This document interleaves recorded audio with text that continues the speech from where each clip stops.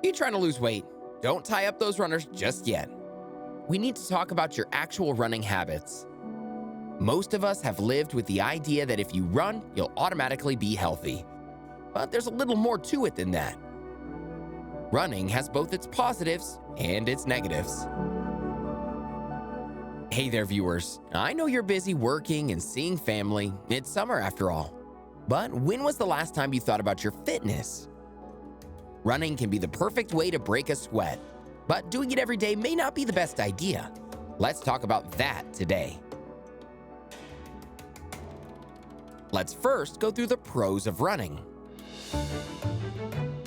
Pro number 1, heart health. Running is great for the heart. Every time you run, it strengthens your cardiovascular system. The faster you move, the more oxygen you're taking in. Running high-intensity intervals increases your oxygen uptake the same way burpees do. Now, it's common for a lot of people to worry about their heart when it comes to running. Many of us have heard stories about someone going out for a jog and suddenly dying of a heart attack. If you feel like your heart is acting up in any kind of way, it's best to check with a doctor and see if an everyday running routine is best for you. Typically, young people who die suddenly during exercise have some structural abnormality in their heart. Their coronary arteries weren't formed normally, or they might have an unusually thickened heart muscle. Pro number 2, stable back and core. Getting sick of feeling that awful tension in your back? Well, running every day can help fix that. You see, when you run, your core muscles become activated. This assists both your lower and upper back, along with your pelvic and trunk rotation. On top of that, running strengthens another important muscle. Let's talk about your lats for a second. Your lats are the large V-shaped muscles that connect your arms to your vertebral column. They protect your spine while giving your shoulders and your back strength to function. When your arms and legs move during a run, your lats are put to work. They're forced to work with your glutes in order to keep your body moving. The faster you go, the more coordination they need to have. This routine helps your back gain strength. Your lats are so important to the stability of your back. You won't be able to run properly without them. If you don't have a chance to go out and run, your best alternative would be to do a few upper body workouts.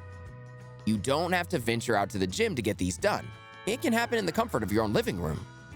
These exercises can be dumbbell rows, chin-ups, and kettlebell swings. Pro number 3, easier breathing. Another thing to look forward to when running every day is better breathing. Running helps open your diaphragm. This is the thin skeletal muscle that sits at the base of your chest. When you breathe in, the diaphragm is supposed to contract, bringing oxygen to your lungs. When you breathe out, the diaphragm then relaxes as air is pushed out of your lungs. If your lungs are acting up, your diaphragm won't be able to work as well. This has a sort of ripple effect on muscles in the chest, neck, and upper back, which are all forced to work harder. As a result, you won't be able to breathe as easily. It's also important to breathe properly while you're running. Many of us may breathe in through our nose and out through our mouth, maybe in through our mouth and out through our nose. Try doing less of this. Mouth breathing can actually be bad for you. And when you mouth breathe, you get none of those benefits. You can almost think of the lungs as an external organ when you're mouth breathing, right? They're exposed to everything in your environment.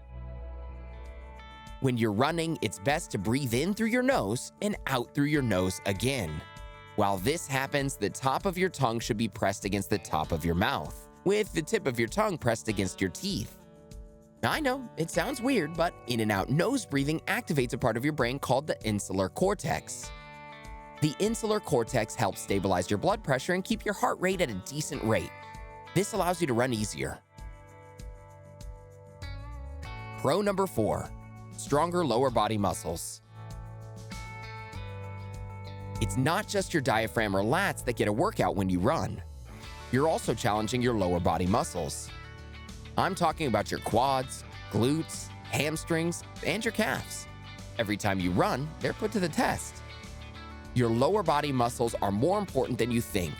They make sure your legs and hips stay properly aligned when you're active. Running gives these muscles more energy, allowing them to function.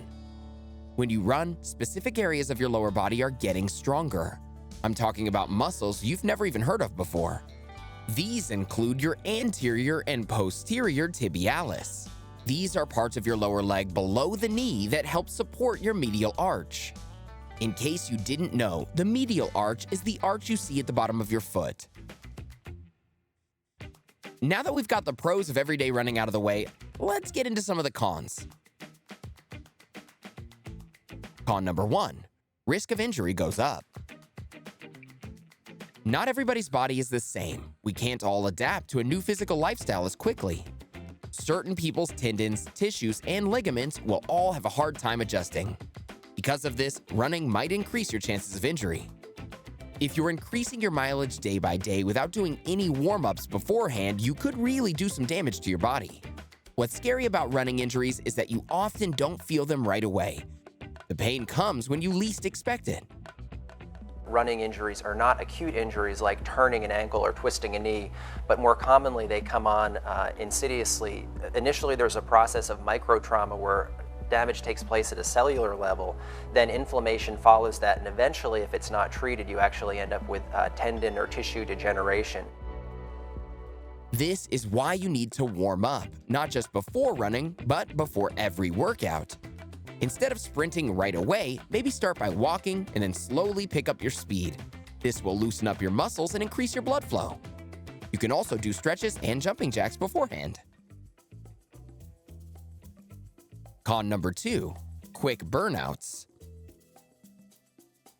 For some, everyday exercise can lead to overtraining.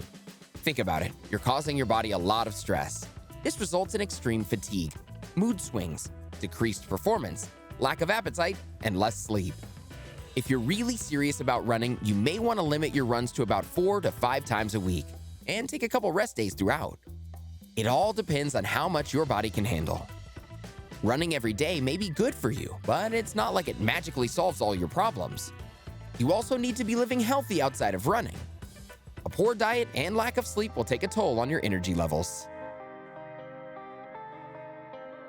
Running clearly has its benefits, but it's not the only workout that can help you. Care to learn more? Let's keep the conversation going with a couple more fitness-related videos, shall we? Here's what you need to know. Check out 11 simple exercises that show results after just one workout. Or how about the top 14 healthy foods you should be eating every day?